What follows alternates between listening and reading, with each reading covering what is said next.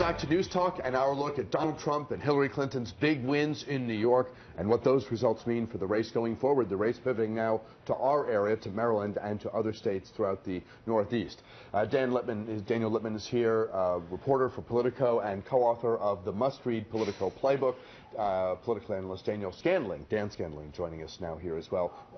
Dan Scandling, good to have you here. Gentlemen, can we talk about the states that are next on the political calendar? Maryland votes Tuesday, relatively late in the calendar. I mean, Iowa and New Hampshire were months ago, and there have been a bunch of states in between. No guarantee that the presidential results from a state like Maryland would have an impact. We now know that they will. With other states in this region, or extending north and east from here, Pennsylvania, Connecticut, Rhode Island, Delaware, also directly in front of us, Dan Scandling.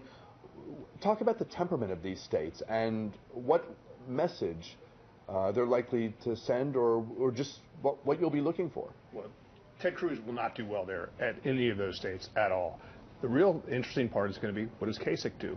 They should be pretty favorable to him. He came in second in New York. Now all of a sudden Maryland, which is going to be viewed as much more moderate, Connecticut, Delaware. Kasich could make a run here, and it also will end the talk of Ted Cruz saying you have to get out of the race. So I think it'll be interesting to see. Then their neighboring states in New York, how does Trump do? Still have to see, because they're more of a moderate than they are arch conservative states. But I think the real interesting thing in these states will be, how does Kasich do? A sense that the 95 corridor is Trump is sort of known here. He's got a big project going up just a short distance from here on Pennsylvania Avenue.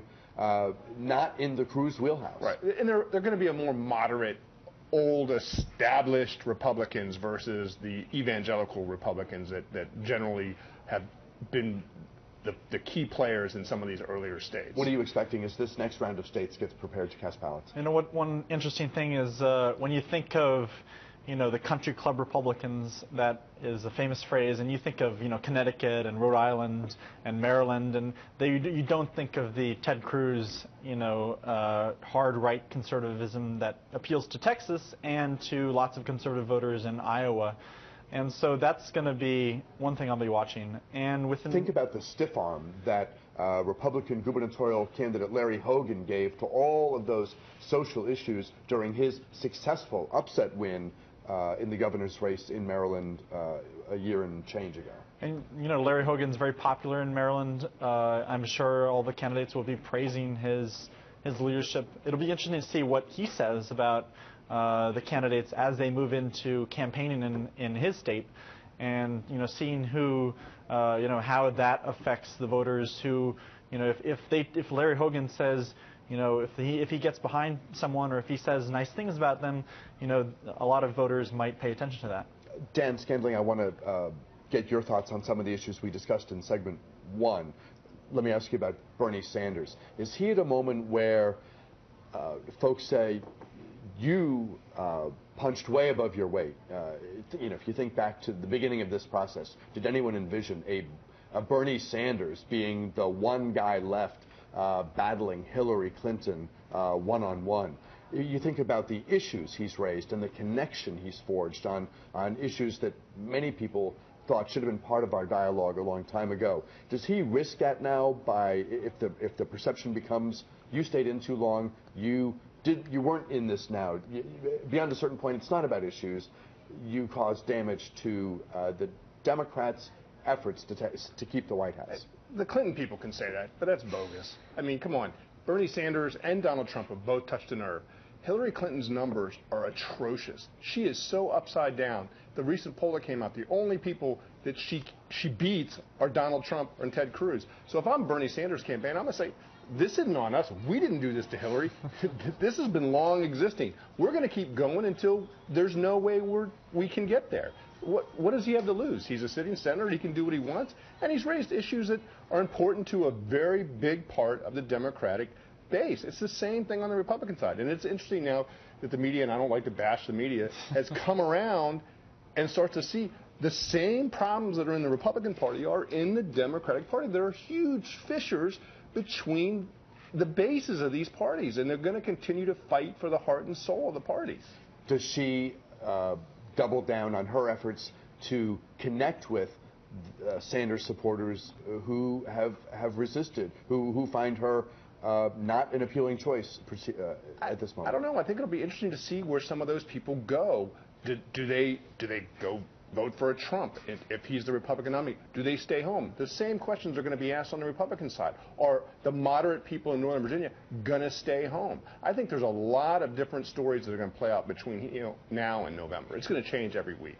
One thing point I'd make is that you're already seeing Trump kind of shift his message towards the general election.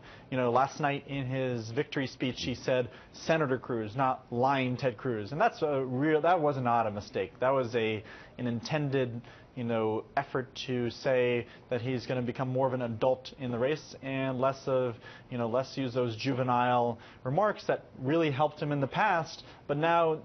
I don't expect him to say those types of things. A reflection of the new leadership team? Yeah. Paul Manafort is, he's a respected figure in GOP circles. It'll be hard for him to get a job after this because, working for Trump, you're kind of put on a blacklist. But he is helping. He's talking to Donald Trump almost 20 times a day, according to a report I saw. And so you're seeing already his influence. He's more of a professional, and he's going to help Trump have the best chance of victory that he can. So, Dan Scandling, perhaps shorter remarks, less rambling, less of this style that we've seen from Trump since he got into the race, perhaps more focus in his rhetoric, but he continues to talk about the process as being rigged, and there's every reason to believe, at least as of now, that his high-stakes battle with the GOP over this process we're engaged in, that may well continue. I think what's interesting is, when he got in this, he probably never thought he was going to get this far. Now he's right on the cusp, and he's like, oh my gosh, am I going to lose this because I'm not playing it smart, I'm not playing by the rules. So he's brought in the establishment and Paul Manafort and others, and he's trying to push out some of his other people that have got him there, and good for them for getting him there. But he's got to learn there's certain rules and processes you got to play through. And, he wants to change the rules to fit him. Every candidate wants to do that. But the rules are the rules. And where this really plays out is what's happening in the delegate races. In Virginia, last weekend, 10th district, right here in our backyard. The Cruz slate was elected. You've got the 8th district coming up. You've got the 11th district coming up. Across Virginia and across the country, you have these slates. You have Ken Cuccinelli, who was fabulous at doing this, is leading the charge for the Cruz people. It's all about the delegates. And all those deadlines for filing, for being... months ago. Long gone. But the votes are now on who actually gets to go. And it's going to be those people in that building in Cleveland who decide this. Not who's in the streets, not who voted in the Virginia primary. It's going to be the people in that building. The Trump people know they basically have to put their eggs in the first ballot basket. If he doesn't get it on the first ballot, he's done. Can you talk, Daniel Lippman, a moment ago, or at the beginning of our conversation, actually, about the unbound delegates? Can you Sure. fill out that idea for us? So the basic tenet of that was that there's 200 of these people who are not tied to their specific results in their home states. And so these are some party officials, some party chairmen. And so even though they may, some may support certain candidates now, Trump will be, whining and dining these people, to try to get him above that 1237 mark if he's, only 20 delegates away. So these are people who are potentially up for grabs, and who could decide the fate of this race if he gets beyond 1,100 or whatever the number is, begins to really close in. Yeah, so these are the type of super delegates. So there's a ton of super delegates in the Democratic primary. There's only a small portion in the Republican, convention system, and these are the people that will be, people will be watching these people really closely. Up until now, Dan Scandling, we'll wrap up here. The notion that if you weren't at 1237, if you weren't at the magic number, this other process with potentially multiple ballots, a second, third, and however many others needed, would then kick in.